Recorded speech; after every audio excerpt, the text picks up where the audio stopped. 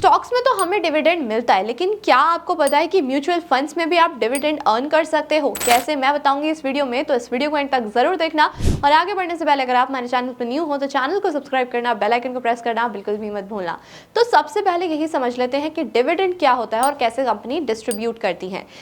जब भी आप किसी एक पर्टिकुलर कंपनी में इन्वेस्ट करते हो और उस कंपनी का जो प्रॉफिट है वो जंप अप होता है, तो वो कंपनी अपने प्रॉफिट का कुछ हिस्सा अपने इन्वेस्टर्स को देते हैं एज एन डिविडेंड। अब ये पर शेयर के अकॉर्डिंग दिया जाता है। फॉर एग्जाम्पल, अगर आपने रिलायंस में इन्वेस्ट किया हुआ है और रिलायंस ये अनाउंस करता है कि वो अपने इन्वेस्टर्स को 10 रुपीज पर शेयर का डिविडेंड देंगे, तो इसी अकॉर्डिंग आपको जितने भी शेयर आपने होल्ड किए होंगे उसके अकॉर्डिंग आपको पर शेयर 10 रुपीज का डिविडेंड डायरेक्ट कंपनी से दिया जाएगा। अब इस सिचुएशन में क्या होता है कि अगर आपने डायरेक्टली किसी कंपनी के स्टॉक्स खरीदे हुए हैं, उसमें इन्वेस्ट किया हुआ है, तो उसका डिविडेंड आपके अकाउंट में डायरेक्टली क्रेडिट कर दिया जाता है। लेकिन म्यूचुअल फंड के केसेस में ऐसा नहीं होता है, क्योंकि हम सब जानते हैं म्यूचुअल फंड में भी हम स्टॉक्स में अलग अलग कंपनीज में इन्वेस्ट करते हैं। अब अगर म्यूचुअल फंड्स की बात की जाए तो म्यूचुअल फंड्स में आप दो तरीके से डिविडेंड को अर्न कर सकते हो।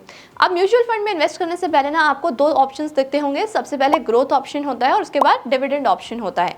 ग्रोथ ऑप्शन ये होता है जिसमें आपका जो अमाउंट है, जिसमें आपको रिटर्न मिल रहा है, वो फिर से इन्वेस्ट हो जाता है दोबारा से उन्हीं सिक्योरिटीज में। वहीं अगर डिविडेंड ऑप्शन की बात की जाए तो उसमें आपका जो अमाउंट होता है वो डायरेक्टली आपके बैंक अकाउंट में क्रेडिट कर दिया जाता है। अब ज्यादातर लोग आपको रिकमेंड यही करते हैं कि आपको ग्रोथ ऑप्शन को चूज करना चाहिए, क्योंकि वहां पर आपको कंपाउंडिंग का अच्छा बेनिफिट मिलता है। बट अगर डिविडेंड ऑप्शन की बात की जाए तो वहां पर आपको कंपाउंडिंग का बेनिफिट नहीं मिलता है। अब इसके क्या डिसएडवांटेजेस एंड एडवांटेजेस है वो तो हम डिस्कस करेंगे ही, लेकिन सबसे पहले समझ लेते हैं कि म्यूचुअल फंड्स में आप किस किस तरीके से डिविडेंड को ले सकते हो।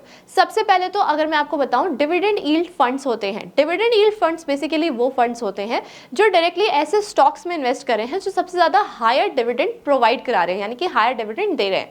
अब इसमें क्या होता है, हम सब जानते हैं कि डिविडेंड वही कंपनीज देती हैं जिनका प्रॉफिट अच्छा चल रहा होता है मार्केट में, यानी उनका प्रॉफिट जंप अप हुआ है, सिर्फ वही कंपनीज जो है वो डिविडेंड दे सकती हैं। तो ये वाला जो फंड होता है ना, उन्हीं कंपनीज को सिलेक्ट करता है जिनका फाइनेंशियल स्ट्रॉन्ग है, साथ में वो कंपनी मार्केट में अच्छा कर रही है, उनका प्रॉफिट इंक्रीज हो रहा है। तो इस फंड में आपका जो सिक्योरिटी है वो भी बना रहता है और साथ में आपका जो डिविडेंड है वो भी इंक्रीज होता है।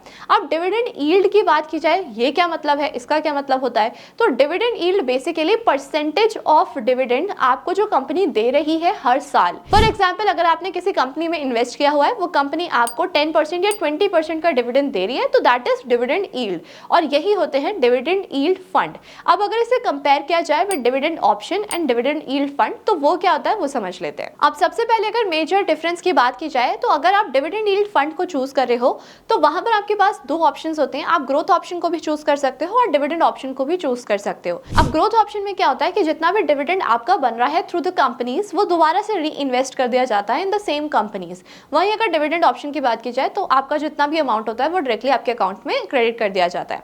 अब यहाँ पर आता है डिविडेंड ऑप्शन वाले म्यूचुअल फंड्स को अगर आप चूज करते हो तो उसमें क्या होता है। सबसे पहले तो यहाँ पर आपके पास ग्रोथ ऑप्शन होता ही नहीं है, इसमें आपका जो अमाउंट है वो डायरेक्टली आपको क्रेडिट किया जाएगा। अब यहाँ पर एक और चीज होती है कि अगर आप इन म्यूचुअल फंड्स को चूज कर रहे हो, मिनिमम 84% अमाउंट उन्हीं स्टॉक्स में इन्वेस्ट किया जाएगा जो कि डिविडेंड दे रहे हैं। वहीं अगर बात की जाए उन फंड्स की जो आपको डिविडेंड ऑप्शन प्रोवाइड कराते हैं, तो वहां पर आपके पास कोई भी कंफर्मेशन नहीं होती है कि आपको डिविडेंड मिलेगा या फिर नहीं मिलेगा, क्योंकि वो डिपेंड करता है कंपनी और म्यूचुअल फंड के प्रॉफिट के ऊपर। अगर उनका प्रॉफिट जनरेट ही नहीं हो रहा एज पर द सेबी गाइडलाइन, वो फंड डिविडेंड डिस्ट्रीब्यूट नहीं कर सकता है। अब अगर इनके कॉमन इंटरवल्स की बात की जाए तो इनका कॉमन इंटरवल्स हमेशा बिटवीन द पीरियड रहता है, यानी कि 6 महीने में क्वार्टरली आपको अमाउंट मिलता रहता है। अदरवाइज कुछ फंड्स ऐसे होते हैं जो मंथली या फिर डेली बेसिस पर भी डिविडेंड देते हैं। अब वहीं अगर बात की जाए कि इसका टाइमिंग क्या रहता है और क्या पे आउट रहता है, तो वो हमेशा डिपेंडेंट होता है ऑन एसेट मैनेजमेंट कंपनी कि वो क्या डिसाइड करते हैं। अगर वो डिसाइड करते हैं कि आपको क्वार्टरली मंथली देना है तो उसी के अकॉर्डिंग पूरी प्रोसेस किया जाता है। वहीं अगर टाइमिंग की बात की जाए तो टाइमिंग भी डिसाइड की जाती है एसेट मैनेजमेंट कंपनीज के थ्रू ही। साथ में मैं आपको ये भी बताना चाहूंगी कि जो एसेट मैनेजमेंट कंपनीज होती हैं वो कभी भी आपको गारंटी नहीं देती कि आपको हर महीने डिविडेंड मिलेगा ही मिलेगा, क्योंकि इसमें जो आपका डिविडेंड होता है वो कंफर्म्ड नहीं होता कि आपको मिलने वाला है या फिर नहीं। अब अगर डिविडेंड यील्ड फंड्स की बात की जाए तो ये हमेशा उन कंपनीज को चूज करते हैं जो हमेशा बेंचमार्क से ऊपर रहती है। फॉर एग्जांपल, अगर मैं आपको एग्जांपल के लिए बताऊं, निफ्टी 50 का 5% डिविडेंड यील्ड चल रहा है, तो ये वाले जो फंड्स होंगे ना, ऐसी कंपनीज में इन्वेस्ट करेंगे जो उनको ज्यादा डिविडेंड यील्ड प्रोवाइड करा सके, जो कि 7% 6% से लेकर 8% होता है। तो ये हमेशा अपने बेंचमार्क को कम्पीट करने की कोशिश करते हैं। आई होप आपको एक क्लैरिटी मिली होगी कि डिविडेंड यील्ड फंड और डिविडेंड ऑप्शन में क्या डिफरेंस होता है और कौन सा आपके लिए बेटर हो सकता है। अब आते हैं कंक्लूजन के ऊपर कि आपको कौन सा चूज करना चाहिए और आपके लिए क्या बेटर है। तो सबसे पहले तो बात की जाए कि आपको डिविडेंड ऑप्शन को चूज करना भी चाहिए या फिर नहीं करना चाहिए according to the long term investment, according to the long term investments. तो सबसे पहले बात की जाए, अगर आप लंबे समय के लिए इन्वेस्ट कर रहे हो तो आपको डिविडेंड का ऑप्शन ही नहीं चूज करना चाहिए, यानी आपको डिविडेंड वाले प्लान्स में ही नहीं इन्वेस्ट करना चाहिए। सबसे पहले तो यहाँ पर आपका जो कंपाउंडिंग का बेनिफिट होता है ना, वो खत्म हो जाता है। आप कंपाउंडिंग ले ही नहीं सकते, कंपाउंडिंग का बेनिफिट आप इसमें उठा ही नहीं सकते। जैसे मैंने आपको बताया था कि फंड में वहां पर आपको एक तरीके से मिल जाता है ऑप्शन, लेकिन फिर भी आप यहाँ पर ज्यादा कंपाउंडिंग का बेनिफिट नहीं उठा पाते हो। अब दूसरी अगर सिचुएशन की बात की जाए तो अगर आप डिविडेंड का ऑप्शन चूज भी कर रहे हो, म्यूचुअल फंड्स में ना ये सारी चीजें बहुत ही ज्यादा कॉम्प्लिकेटेड होती हैं और आपको ये अमाउंट मिलने में भी काफी ज्यादा समय लग जाता है, क्योंकि जब आप म्यूचुअल फंड्स में इन्वेस्ट करते हो तो वहां पर आप यूनिट्स के अकॉर्डिंग इन्वेस्ट करते हो। अब अगर बात की जाए कि डिविडेंड यील्ड फंड में किसको इन्वेस्ट करना चाहिए, तो सबसे पहले अगर आप अपनी ओल्ड एज में हो या फिर अगर आप रिटायरमेंट के पास हो तो आप उसमें इन्वेस्ट कर सकते हो, ताकि आपको एक अच्छी और स्टडी इनकम जनरेट होती रहे।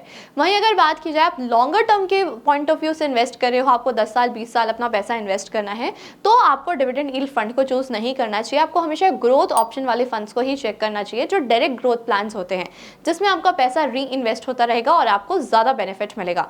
बट अगर बात की जाए दोनों में से कौन सा चूज करना चाहिए, तो आपको हमेशा डिविडेंड यील्ड फंड के साथ ही जाना चाहिए, क्योंकि वहां पर आपका रिस्क भी कम हो जाता है, साथ में आपका जो बेंचमार्क है वो भी बीट करने की कोशिश करते हैं फंड मैनेजर्स, और साथ में यहाँ पर आपको ज्यादा बेनिफिट भी मिलता है और ज्यादा आपको एक्सपेंस रेशियो या फिर ज्यादा चार्जेस भी पे करने की जरूरत नहीं पड़ती है। तो यहाँ पर बेसिकली हमने dividend option in mutual funds के बारे में बात की और डिविडेंड यील्ड फंड्स के बारे में भी बात की। मैं आपको सबसे पहले कुछ की डिफरेंसेस बता देती हूँ कि आखिरकार इन दोनों में क्या डिफरेंस होता है। डिविडेंड यील्ड फंड्स आपको कैपिटल एप्रिसिएशन भी देता है, जबकि डिविडेंड ऑप्शन सिर्फ रेगुलर इनकम देता है। डिविडेंड यील्ड फंड्स की अगर बात की जाए तो इसमें रिस्क ज्यादा होता है, जबकि डिविडेंड ऑप्शन में रिस्क कम हो। तो अगर आप कम रिस्क वाले ऑप्शन को चूज करना चाहते हो तो डिविडेंड ऑप्शन में आपको कम रिस्क मिलेगा। डिविडेंड यील्ड फंड्स में डिविडेंड पे आउट नहीं होता है, जबकि डिविडेंड ऑप्शन में डिविडेंड पे आउट होता है। तो ये बेसिकली कुछ की डिफरेंसेस है दोनों के बीच में।